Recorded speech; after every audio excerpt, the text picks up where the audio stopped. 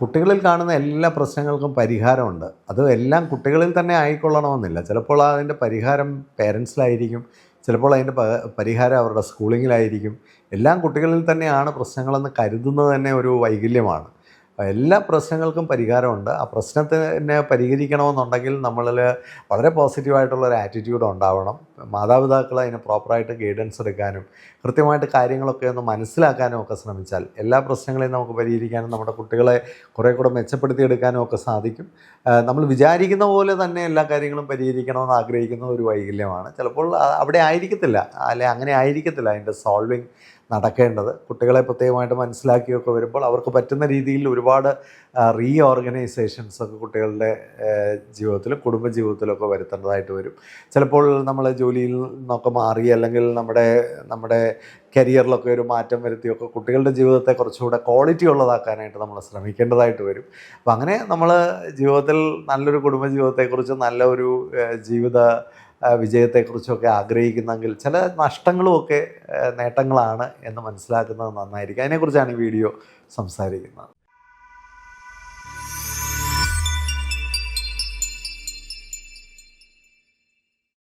പലപ്പോഴും ചെറിയ പ്രായത്തിലൊക്കെ ഭയങ്കര മിടുക്കരായിട്ടുള്ള കുട്ടികളാണോ പിന്നീട് വളരെ സന്തോഷമില്ലാതെ ജീവിക്കുന്നതെന്ന് പലപ്പോഴും തോന്നിയിട്ടുണ്ട്. കാരണം ഇന്ന് വിളിക്കുന്ന പല പേരൻസും, വളരെ സക്സസ്ഫുള്ളായ പല പേരൻസും അവരുടെ മക്കളുടെ ഓരോ പ്രശ്നങ്ങളുമായിട്ടൊക്കെ വിളിക്കുമ്പോൾ പലപ്പോഴും ആ സക്സസ്ഫുൾ എന്ന് ലോകം കരുതുന്ന പല പേരൻസും ഹാപ്പിയല്ല.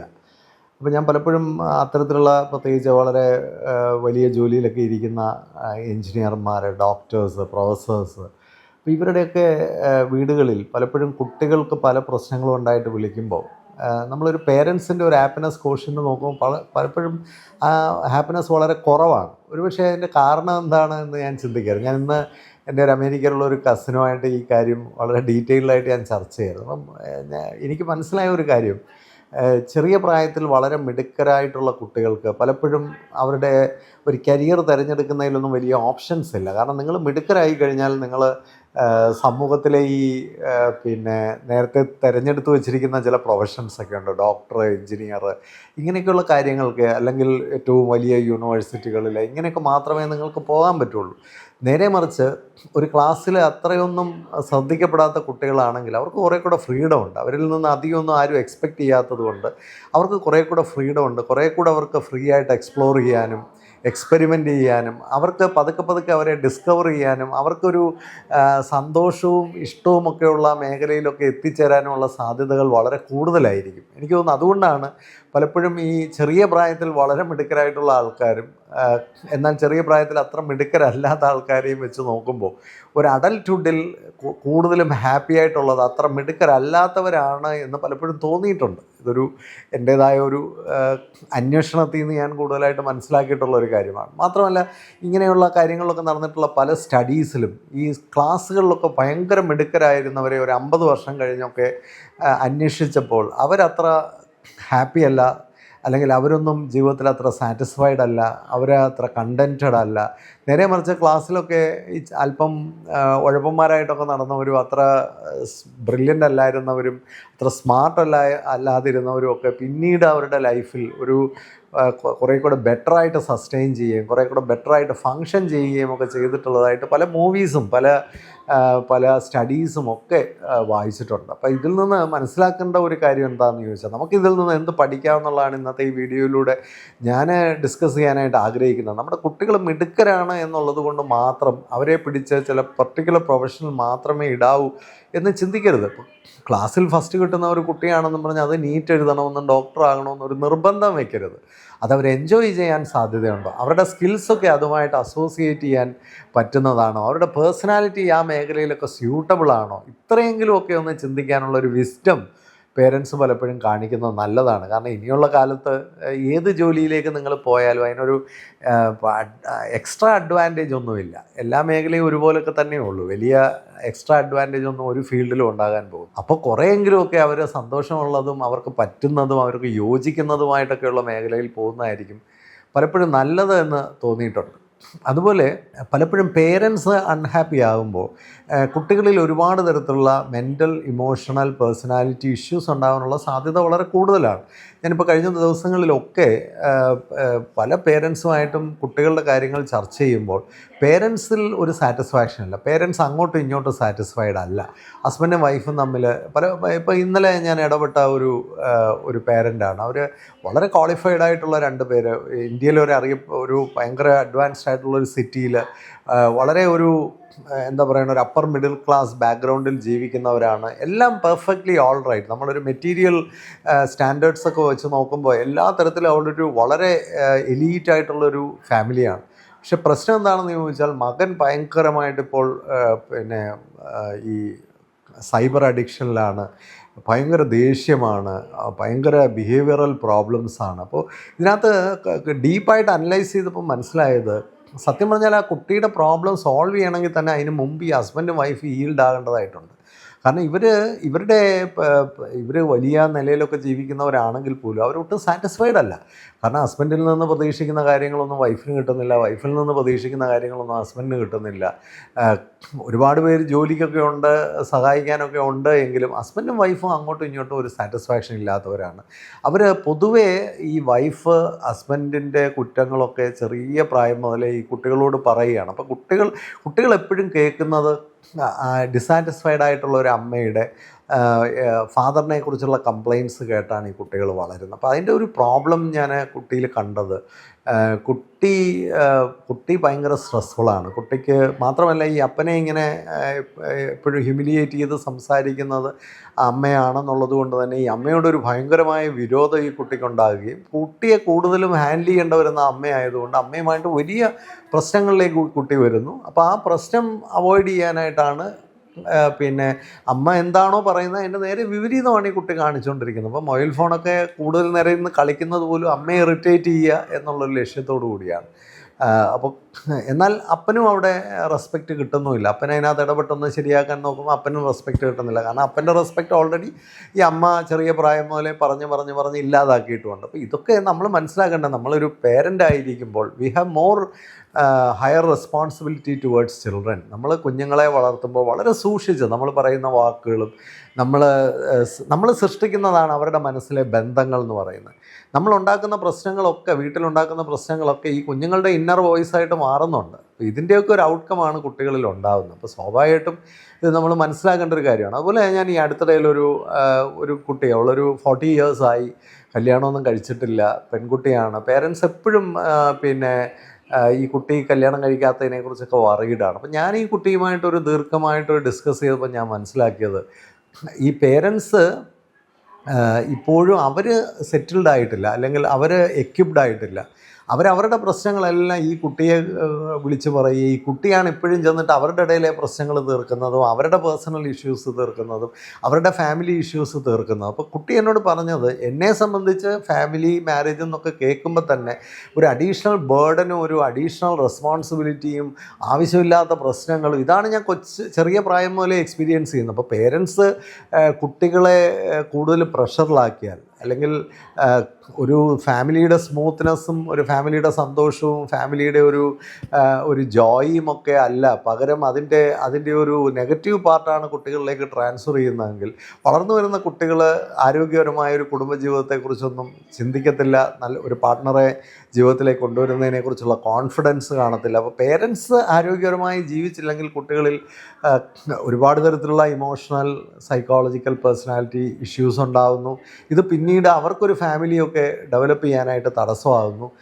അതുപോലെ തന്നെ ഒരു കരിയർ ഡെവലപ്പ് ചെയ്യാനും ഇത്തരം കാര്യങ്ങൾ പ്രശ്നമാകുന്നുണ്ട്. കാരണം ഇപ്പോൾ കഴിഞ്ഞ ദിവസം വിളിച്ച ഒരു പേരൻ്റാണ്, ഒരു മകൻ, അവന് മാസ്റ്റേഴ്സൊക്കെ പഠിക്കുന്ന ആളാണ്. പക്ഷേ വെളിയിലോട്ടിറങ്ങത്തില്ല, ആരോടും സംസാരിക്കത്തില്ല. അപ്പോൾ ചെറിയ പ്രായം മുതലേ കുട്ടികൾ അയൽക്കാരുമായിട്ടൊന്നും ബന്ധുക്കാരുമായിട്ടൊന്നും ഇടപെടാൻ ഈ പേരൻസ് സമ്മതിച്ചിട്ടില്ല. കാരണം പേരൻസിന് അവരുടേതായ ചില അജണ്ടകളുണ്ടായിരുന്നു. കാരണം ഇവിടെ നടക്കുന്ന കാര്യങ്ങൾ അപ്പുറത്തെ വീട്ടിൽ പോയി പറയും, ഗ്രാൻഡ് പേരൻസിനോട് പോയി പറയും, കസിൻസിനോട് പറയും. അപ്പോൾ അതൊക്കെ ഒളിച്ചു വയ്ക്കാനും മറച്ചു വയ്ക്കാനുമായിട്ട് കുട്ടികളെ സോഷ്യലൈസ് ചെയ്യാതെ പിടിച്ചു വെച്ച്, കുട്ടികളെ മൈക്രോ മാനേജ് ചെയ്ത്, കുട്ടികളെ ഭയങ്കരമായിട്ട് സ്ട്രിക്റ്റായിട്ട് വളർത്തി. ഇപ്പോൾ വളർന്നു കഴിഞ്ഞപ്പോൾ എന്ത് സംഭവിക്കുന്നു, പുള്ളി സോഷ്യലൈസ് ചെയ്യാനുള്ള ഒരു ഇൻ്റലിജൻസ് ഇല്ല, ആൾക്കാരുമായിട്ട് ഇടപെടാൻ അറിയില്ല, കമ്മ്യൂണിക്കേഷൻ സ്കില്ലില്ല, അകത്തോട്ട് കൂടുതൽ ഉൾവലിയാണ്. ഇപ്പം അത് പേരൻറ്റിനൊരു പ്രോബ്ലമായിട്ടാണ് അവർ വന്നിട്ട് അതിനൊരു റിവേഴ്സൽ ആഗ്രഹിക്കുകയാണ്. പക്ഷേ ഈ അന്വേഷണം ഒരു റോങ് ടൈമിലാണ്. ഇനി ആ ചെറുപ്പക്കാരനെ അതിൽ നിന്ന് രക്ഷപ്പെടുത്താനായിട്ട് പ്രയാസമാണ്. കാരണം അവൻ്റെ നേച്ചർ തന്നെ അങ്ങനെ ആയിക്കഴിഞ്ഞു. അവനെ സോഷ്യലൈസ് ചെയ്യാൻ പറ്റില്ലെന്നോ അവനെ കൊണ്ട് അതൊന്നും പറ്റില്ലെന്നോ അവൻ മനസ്സിലാക്കി കഴിഞ്ഞു. അപ്പോൾ പഠിക്കാനൊക്കെ മിടുക്കനാണ് പുള്ളി, കൃത്യമായിട്ട് അക്കാഡമിക് കാര്യങ്ങളെല്ലാം കംപ്ലീറ്റ് ചെയ്യുന്നുണ്ട്. പക്ഷേ പുള്ളിയുടെ ഒരു ലാക്ക് ഓഫ് കോൺഫിഡൻസും കമ്മ്യൂണിക്കേഷൻ സ്കില്ലും പുള്ളിയുടെ ഒരു പേഴ്സണാലിറ്റിയിലെ ഇത്തരത്തിലുള്ള പ്രശ്നങ്ങളൊക്കെ പുള്ളിയുടെ ലൈഫിനെ ഒരു സക്സസ്സിലേക്ക് കൊണ്ടുപോകാൻ അല്ലെങ്കിൽ ഒരു കരിയർ എടുത്ത് മുമ്പോട്ട് പോകാനൊക്കെ ഇത് വലിയൊരു തടസ്സമായിട്ട് നിൽക്കുന്നു. അപ്പം ഞാൻ പറഞ്ഞു വന്നത് എന്താണെന്ന് വെച്ചാൽ, നമ്മൾ കുട്ടികളിൽ പ്രശ്നങ്ങളൊക്കെ അന്വേഷിച്ച് ചെല്ലുമ്പോൾ അതിൻ്റെയൊക്കെ പുറകിൽ ശരിക്കും കാരണങ്ങളുണ്ട്. ഇന്നൊരു പേരൻ്റ് എന്നെ വിളിച്ചിട്ട് പറഞ്ഞത്, സാറേ 5 വയസ്സുള്ള മോനാണ്, സ്കൂളിൽ നിന്ന് വന്നു കഴിഞ്ഞാൽ ഒരു കാര്യവും നമ്മൾ പറയുന്നത് ചെയ്യത്തില്ല, ഒരു കാര്യവും എന്നെ ഇഷ്ടത്തോടെ ചെയ്യത്തില്ല, ഒരു ഭക്ഷണം ഉണ്ടാക്കി കൊടുത്താൽ പോലും അതിനോടെല്ലാം ഭയങ്കര റോങ് റിയാക്ഷനാണ്, 5 വയസ്സേ ഉള്ളൂ, അവനെ വലിയ ചീത്തയൊക്കെ വിളിക്കുന്നു. ഞാൻ ചോദിച്ചു, അച്ഛനെവിടെയാണ്? അച്ഛൻ ദുബായിലാണ്. വേറെ കുട്ടികളുണ്ടോ? വേറെ കുട്ടിയില്ല, ഒറ്റ കുട്ടിയുള്ളൂ. അമ്മ എന്താ ചെയ്യുന്നത്? ഞാനിങ്ങനെ ഈ PSCക്ക് വേണ്ടി പഠിക്കുകയാണ്. ഇതാണ് പ്രശ്നം. കുട്ടിയെ സംബന്ധിച്ച് കുട്ടിക്ക് അവിടെ ഒരു പേരൻറ്റിനെ കിട്ടുന്നില്ല, അച്ഛനെ വിദേശത്ത് നിർത്തിയിരിക്കുന്നു, അമ്മ സ്വസ്ഥമല്ല, കാരണം അമ്മ ഒരു ജോലിക്കായിട്ടുള്ള പരിശ്രമത്തിലാണ്. അപ്പോൾ സമാധാനമായിട്ട് ഈ കുട്ടിയെ ഹാൻഡിൽ ചെയ്യാൻ പേരൻറ്റിന് കഴിയാത്തത് കൊണ്ട്, അല്ലെ ആ അവൈലബിളായിട്ടുള്ള അമ്മ പോലും ഒരു സമാധാനത്തോടെയോ സ്നേഹത്തോടെയോ ഇഷ്ടത്തോടെയോ ആ കുട്ടിയോട് പെരുമാറാനുള്ള സാവകാശമൊന്നും ഇല്ലാത്തത് കൊണ്ട് കുട്ടിയിൽ ഒരുപാട് വൾണറബിളായിട്ടുള്ള പ്രശ്നങ്ങളാണ് ഇതെല്ലാം പ്രതികരണങ്ങളാണ്. കുട്ടി കാണിക്കുന്നതെല്ലാം പ്രതികരണങ്ങളാണ്. എന്താണ് ഈ പ്രതികരണം?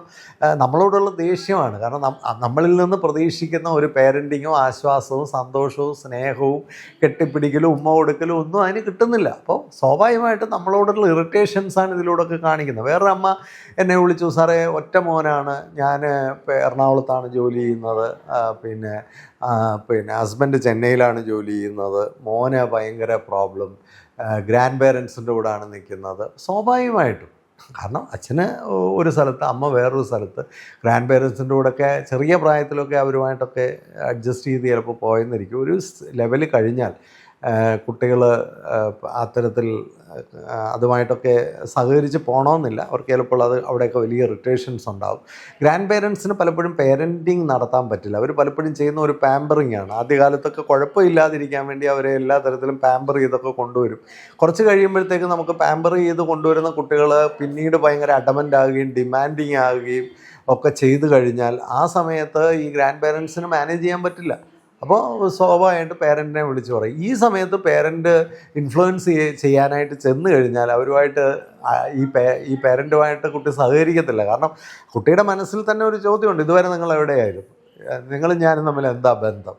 ഇത്തരത്തിലുള്ള പല ചോദ്യങ്ങളും കുട്ടികൾക്കുണ്ടാകും. അപ്പോൾ ചെറിയ പ്രായം മുതലേ കുട്ടികളുമായിട്ട് ചേർന്ന് നമ്മൾ സ്നേഹമായിട്ടും വൈകാരികമായ ഒരു വലിയ ബന്ധത്തിലൊക്കെ പോയില്ലെങ്കിൽ കുട്ടികൾക്ക് സ്വാഭാവികമായിട്ടും നമ്മളോടൊരു അടുപ്പം ഉണ്ടാകത്തില്ല. അതുകൊണ്ട് തന്നെ അവരെ നമുക്ക് ഇൻഫ്ലുവൻസ് ചെയ്യാൻ പറ്റത്തില്ല.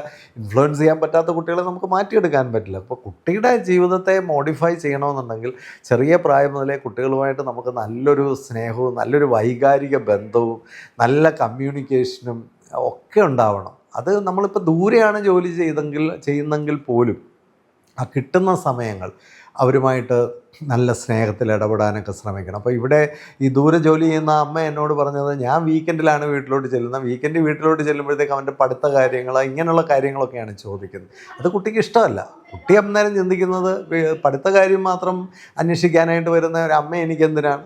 അപ്പം നമ്മൾ ദൂരെയാണെങ്കിൽ ഒരു കാര്യം മനസ്സിലാക്കണം, പഠിത്ത കാര്യങ്ങളൊക്കെ അങ്ങോട്ട് ബാക്ക് സീറ്റിലേക്ക് മാറ്റി വെച്ചിട്ട് നമ്മൾ കുട്ടികളുമായിട്ട് വൈകാരികമായൊരു ബന്ധം ഉണ്ടാക്കാനാണ് ശ്രമിക്കേണ്ടത്. ആ ഒരു സ്നേഹവും ബന്ധവും ഒരു അമ്മയെ കൊടുക്കാൻ പറ്റുന്ന സ്ഥലങ്ങളിൽ നമ്മളൊരു അമ്മയാണ് കൊടുക്കേണ്ടത്. അവിടെ ഒരു ടീച്ചറിനെ അല്ല കൊടുക്കേണ്ടത്, ഒരു കോച്ചിനെ അല്ല കൊടുക്കേണ്ടത്, ഒരു അച്ഛനെ കൊടുക്കണം. അച്ഛന്മാർ അവധിക്ക് വന്നു കഴിഞ്ഞാൽ അച്ഛന്മാർ കുട്ടികളുടെ പഠന കാര്യങ്ങളും അവരുടെ ഗ്രേഡ്, അവരുടെ മാർക്ക്, പെർഫോമൻസ് ഇത് മാത്രമാണ് അന്വേഷിക്കുന്നതെങ്കിൽ നിങ്ങളെ ഒരു അച്ഛനായിട്ട് ആ കുട്ടി ഒരിക്കലും അക്സെപ്റ്റ് ചെയ്യില്ല. അവിടെയല്ലേ പ്രശ്നം കിടക്കുന്നത്. അപ്പോൾ അത് നമുക്ക് കുറച്ച് സമയമേ കുട്ടികളോടൊപ്പം ഉള്ളെങ്കിൽ ആ ഉള്ള സമയം ക്വാളിറ്റേറ്റീവ് ആക്കി എടുക്കാനായിട്ടും അവരുമായിട്ട് കൂടുതലൊരു ആത്മബന്ധം ഉണ്ടാക്കാനായിട്ടും അവരുമായിട്ട് കൊച്ചു വർത്താനങ്ങൾ പറയാനും കളിക്കാനും യാത്ര ചെയ്യാനും വൈകാരികമായി അടുക്കാനും എന്ന് പറഞ്ഞാൽ ഒരു വീക്കെൻഡ് കഴിഞ്ഞ് നമ്മൾ പോകുന്നത് അവർക്കൊരു വിഷമമാവണം. പിന്നെ ഇട്ടിട്ട് പോകുന്നതിലുള്ള ഒരു വൈകാരികത നമ്മൾ ആ കണ്ണുകളിൽ ആ വൈകാരികത നിറഞ്ഞു നിൽക്കുന്നിടത്തോളം കാലം നിങ്ങൾക്ക് നിങ്ങളുടെ കുട്ടികളെ സ്വാധീനിക്കാൻ പറ്റും. ഇന്ന് പലപ്പോഴും ഒരു വെജിറ്റബിളിൻ്റെ അവസ്ഥയാണ്, ഒരു വികാരവും ഇല്ല. കുറേ മെറ്റീരിയൽ സാധനങ്ങളുടെ ട്രാൻസാക്ഷൻസ് മാത്രമായിട്ട് ഒരു പേരൻറ്റിങ് ഒക്കെ മാറുന്നു. പല പേരൻസും ചോദിക്കുന്നതാണ് കുട്ടികൾക്ക് എന്തിൻ്റെ കുറവാണ്. നമ്മൾ കുറേ മെറ്റീരിയൽസ് കൊടുക്കുന്നതല്ല കുട്ടികളെ സംബന്ധിച്ച് ആവശ്യം. അവരെ മനസ്സിലാക്കുകയും അവരോട് ചേർന്ന് നിൽക്കുകയും അവർക്ക് നമുക്ക് എല്ലാം ഒന്നും കൊടുക്കാൻ പറ്റിയില്ലെങ്കിൽ പോലും അതിനുള്ള കാരണങ്ങളെങ്കിലും ബോധ്യപ്പെടുത്താനും അവരുമായിട്ട് ആ ഒരു നല്ല ബന്ധത്തിൽ നിൽക്കാനും ഒക്കെ കഴിഞ്ഞാൽ കുട്ടികൾ നമ്മളുമായിട്ട് സഹകരിക്കും, ഒരു സംശയമില്ല. ഇന്ന് കുഞ്ഞുങ്ങളെ നമ്മൾ മനസ്സിലാക്കിയില്ലെങ്കിൽ നാളെ നമ്മളുടെ ആവശ്യങ്ങൾ കുഞ്ഞുങ്ങൾ മനസ്സിലാക്കത്തില്ല. അതാണ് പ്രധാനമായിട്ടുള്ളൊരു കാര്യം. പിന്നെ ഇതിനകത്ത് ഏറ്റവും പ്രധാനമായിട്ട് മനസ്സിലാക്കേണ്ട ഒരു കാര്യം എന്താണെന്ന് ചോദിച്ചാൽ, നമ്മൾ കുട്ടികളിൽ നിന്ന് കുട്ടി എന്താ അങ്ങനെ ചിന്തിക്കാത്ത, കുട്ടിക്ക് എന്താ ഇത് മനസ്സിലാക്കാൻ പറ്റാത്ത എന്നൊക്കെ ചോദിക്കുമ്പോൾ 12, 15, 13, 14 വയസ്സുള്ള ഒരു കുട്ടി അങ്ങനെയൊക്കെ ഉയർന്ന് ചിന്തിക്കണമെന്നും പക്വതയോടെ ചിന്തിക്കണമെന്നും ഒക്കെ നമ്മൾ ആഗ്രഹിക്കുന്നത് തന്നെ നമ്മളിലെ ഒരു വൈകല്യം കൊണ്ടാണ്. നമുക്ക് ഇത്രയും പ്രായമായിട്ട് പോലും നമ്മുടെ ജീവിതത്തിലെ പ്രശ്നങ്ങളെ പോസിറ്റീവായിട്ട് പരിഹരിക്കാൻ നമുക്കറിയില്ല. പലപ്പോഴും നമ്മുടെ പിന്നെ പാർട്ട്ണറിൻ്റെ പോലും ജീവിതത്തെ കൃത്യമായി മനസ്സിലാക്കി ഇടപെടാൻ നമുക്കറിയില്ല. പക്ഷെ കുട്ടികളൊക്കെ നമ്മളെ മനസ്സിലാക്കി പെരുമാറണമെന്നൊക്കെ നമ്മൾ ആഗ്രഹിക്കുന്ന ഒരു അത്യാഗ്രഹമാണ്. അതൊരു റോങ് കൈൻഡ് ഓഫ് അപ്രോച്ചാണ്. കുട്ടികളങ്ങനെ ഉയർന്ന് ചിന്തിക്കാനൊന്നും അവർക്കറിയില്ല. ഇപ്പോൾ അമ്മയുടെ ട്രാൻസ്ഫറോ അച്ഛൻ്റെ ദുബായിലെ ജീവിതമൊന്നും കുട്ടിയുടെ പ്രശ്നങ്ങളല്ല. നമുക്ക് അപ്പനും അമ്മയും തമ്മിലുള്ള പ്രശ്നങ്ങൾ കുട്ടിയുടെ പ്രശ്നങ്ങളല്ല. വീട്ടിലെ പോരായ്മകൾ കുട്ടിയുടെ പ്രശ്നങ്ങളല്ല. കുട്ടിക്ക് ഇതിനെപ്പറ്റി ഒന്നും അറിയില്ല. ഒരു കുട്ടിയെ സംബന്ധിച്ച് അതിന് സന്തോഷവും സമാധാനവും ഉള്ള പോസിറ്റീവായിട്ടുള്ള ഒരു അന്തരീക്ഷം ആ കുട്ടിയുടെ അവകാശമാണ്. അത് കൊടുക്കാനായിട്ട് നമ്മൾ പരിശ്രമിക്കണം. അതാണ് പേരൻസ് ചെയ്യേണ്ടത്. ഇനി പേരൻസിന് ഈ കാര്യത്തിലൊക്കെ പ്രശ്നങ്ങളുണ്ടെങ്കിൽ, ഞാൻ നേരത്തെ തന്നെ ഞാൻ തുടക്കത്തിലേ പറഞ്ഞൊരു കാര്യമാണ്, വളരെ സക്സസ്ഫുൾ എന്ന് നമ്മൾ വിചാരിക്കുന്ന പല പേരൻസും ഹാപ്പിയല്ല. കാരണം അവരെത്തിച്ചേർന്ന മേഖലയിലൊന്നും അവർക്ക് വളരെ ഹാപ്പിയായിട്ട് ഫങ്ഷൻ ചെയ്യാൻ പറ്റുന്നില്ല. അതിൻ്റെ ഫ്രസ്ട്രേഷൻസും ഇറിറ്റേഷൻസും എല്ലാം കുടുംബത്തിലേക്കാണ് കൊണ്ടുവരുന്നത്. ഇത് കുഞ്ഞുങ്ങളെയാണ് ഭയങ്കരമായിട്ട് ബാധിക്കുന്നത്. നിങ്ങൾ ഹാപ്പി അല്ലെങ്കിൽ നിങ്ങൾ തീർച്ചയായിട്ടും ഒരു നല്ല ഗൈഡൻസ് എടുക്കുകയും നല്ലൊരു കൗൺസിലിംഗ് എടുക്കുകയും ഒക്കെ ചെയ്ത് നിങ്ങൾ കുറേ കൂടി കംഫർട്ടബിൾ ആകാമെങ്കിൽ നിങ്ങളുടെ കുട്ടികളിൽ വലിയ മാറ്റങ്ങളുണ്ടാവും. ഞാൻ കഴിഞ്ഞ ദിവസം ഒരു കുട്ടിയുടെ പ്രശ്നവുമായിട്ട് ഒരു ദീർഘമായ ചർച്ച വളരെ എഡ്യൂക്കേറ്റഡ് ആയിട്ടുള്ള 2 പേരൻസാണ് അവരുമായിട്ട് നടത്തിയപ്പോൾ ഞാൻ അവരോട് 2 പേരോടും പറഞ്ഞത്, നിങ്ങൾക്ക് 2 പേർക്ക് ഇൻഡിവിജ്വലായിട്ട് തന്നെ വലിയ ഒരു തെറാപ്പി ആവശ്യമാണ്, അല്ലെങ്കിൽ വലിയ രീതിയിലുള്ള പിന്നെ കൗൺസിലിങ്ങും ഗൈഡൻസും ഒക്കെ നിങ്ങൾക്ക് ആവശ്യമാണ്. നിങ്ങൾ 2 പേരും ഇൻഡിവിജ്വലി ഓർഗനൈസ് ചെയ്ത് ഇതിന് ശേഷം മാത്രം നിങ്ങൾ കുട്ടിയെ അപ്രോച്ച് ചെയ്തില്ലെങ്കിൽ ഈ കുട്ടിയിലുള്ള പ്രശ്നങ്ങളൊന്നും തന്നെ പരിഹരിക്കാൻ പറ്റില്ല. കാരണം നമ്മൾ വളരെ ഓക്വേർഡാണെങ്കിൽ നമ്മുടെ കുട്ടിയുടെ ജീവിതം വളരെ ഓക്വേർഡായിക്കൊണ്ടിരിക്കുക. അത് പണം കൊണ്ടൊന്നും വാങ്ങിക്കാൻ പറ്റുന്നൊരു സാധനമല്ല. അത് പേരൻസ് ഇറിറ്റേറ്റഡ് ആണെങ്കിൽ ആ ഇറിറ്റേഷൻ ആദ്യം മാറ്റണം. പിന്നെ ഈ ഇറിറ്റേഷനൊക്കെ മാറ്റാൻ പറ്റുമോ എന്ന് ചോദിച്ചാൽ തീർച്ചയായിട്ടും പറ്റും. നമ്മൾ ഒരു കാര്യം മനസ്സിലാക്കേണ്ടത്, നമ്മൾ എന്തൊക്കെയോ ഇനി നേടിയിട്ട് പ്രശ്നങ്ങൾ പരിഹരിക്കാൻ വേണ്ടി ഓടേണ്ട കാര്യമൊന്നുമില്ല. കാരണം ഇതൊരു സ്കെയിലിംഗ് അപ്പ് ചെയ്ത് മാത്രമല്ല പല കാര്യങ്ങളും പരിഹരിക്കാൻ കഴിയുന്നത്, സ്കെയിൽ ഡൗൺ ചെയ്തും കഴിയും. എന്ന് പറഞ്ഞാൽ നിങ്ങളിപ്പോൾ ആഗ്രഹിക്കുന്ന എന്തൊക്കെയോ നേടിയിട്ട് പ്രശ്നങ്ങൾ പരിഹരിക്കാൻ ശ്രമിക്കുന്നതിന് പകരം ആഗ്രഹങ്ങൾ തന്നെ ചിലപ്പോൾ വളരെ ഒരു ഫോൾട്ടി തിങ്കിങ് ആയിരിക്കും. അതൊന്നും ആവശ്യമില്ല ഈ പ്രശ്നങ്ങളൊക്കെ പരിഹരിക്കാൻ. വേണമെങ്കിൽ നമുക്കൊന്ന് സ്കെയിൽ ഡൗൺ ചെയ്തും പ്രശ്നങ്ങൾ പരിഹരിക്കാനായിട്ട് പറ്റും. ഒരു 3 മാസം മുമ്പ് എന്നെ കാണാൻ വന്ന ഒരു പേരൻ്റാണ്. അവർ ഗൾഫിലും നാട്ടിലുമായിട്ടാണ് പേരൻ്റ്. കുട്ടികൾ വലിയ പ്രശ്നത്തിലായി. ഞാൻ ആ ഹസ്ബൻഡിനോട് പറഞ്ഞു, നാട്ടിൽ വന്നാലും നമുക്ക് ജീവിക്കാൻ പറ്റും. ശരിയാണ്, അവിടെ 2 ലക്ഷം രൂപ ശമ്പളം കിട്ടുന്ന ഒരാൾ നാട്ടിൽ വന്നാൽ ചിലപ്പോൾ ഒരു 50,000 രൂപയെ കിട്ടുള്ളൂ. പക്ഷേ ഇപ്പോൾ 3 മാസമേ ആയുള്ളൂ. നാട്ടിൽ വന്ന് ഒരു ജോലിയിലേക്ക് കയറുകയും അവരുടെ വീട്ടിലെ പ്രശ്നങ്ങൾ ഇവാപ്പറേറ്റ് ചെയ്തു പോയി. അങ്ങനെ ഒരു പ്രശ്നമേ ഇപ്പോൾ ഇല്ല. കാരണം ആ ഫാദർ വീട്ടിൽ വന്നപ്പോൾ തന്നെ വീട്ടിലെ പ്രശ്നങ്ങളെല്ലാം മാറി. അപ്പോൾ അമ്മയ്ക്കും ജോലിയുള്ള ആളാണ്, അമ്മയ്ക്ക് സർക്കാർ ജോലിയുള്ള ആളാണ്. അപ്പോൾ ഒരാൾക്കൊരു സർക്കാർ ജോലി ഉള്ളപ്പോൾ ഒരാൾ വീണ്ടും വിദേശത്ത് പോയി രാജ്യവും ശക്തിയും മഹത്വവും എല്ലാം കൂടെ പിടിച്ചുകൊണ്ട് വരാനായിട്ട് ശ്രമിക്കുമ്പോൾ നഷ്ടപ്പെട്ടു പോകുന്നത് നമ്മുടെ കുഞ്ഞുങ്ങളായിരിക്കും. അപ്പോൾ ചില നഷ്ടങ്ങളൊക്കെ നമുക്ക് ആവശ്യമാണ് ചില നേട്ടങ്ങളൊക്കെ നേടിയെടുക്കാനായിട്ട്. അപ്പോൾ നമ്മൾ വിചാരിക്കരുത് എല്ലാം പരിഹരിക്കുന്നത് മേളോട്ട് കയറിയാണെന്ന് വിചാരിക്കരുത്. ചിലതൊക്കെ താഴോട്ടിറങ്ങി നമുക്ക് പല കാര്യങ്ങളും പരിഹരിക്കാനായിട്ട് പറ്റും. കുറച്ചുകൂടെ ചെറിയ ജീവിതം ഓപ്റ്റ് ചെയ്തുകൊണ്ട് ആ ജീവിതത്തിൻ്റെ മഹത്വം വലുതാക്കാനായിട്ട് സാധിക്കും. It's not about standard of living but about quality of living. എല്ലാവർക്കും നല്ല സ്നേഹവും സന്തോഷവും ആശംസിക്കുന്നു. Happy living.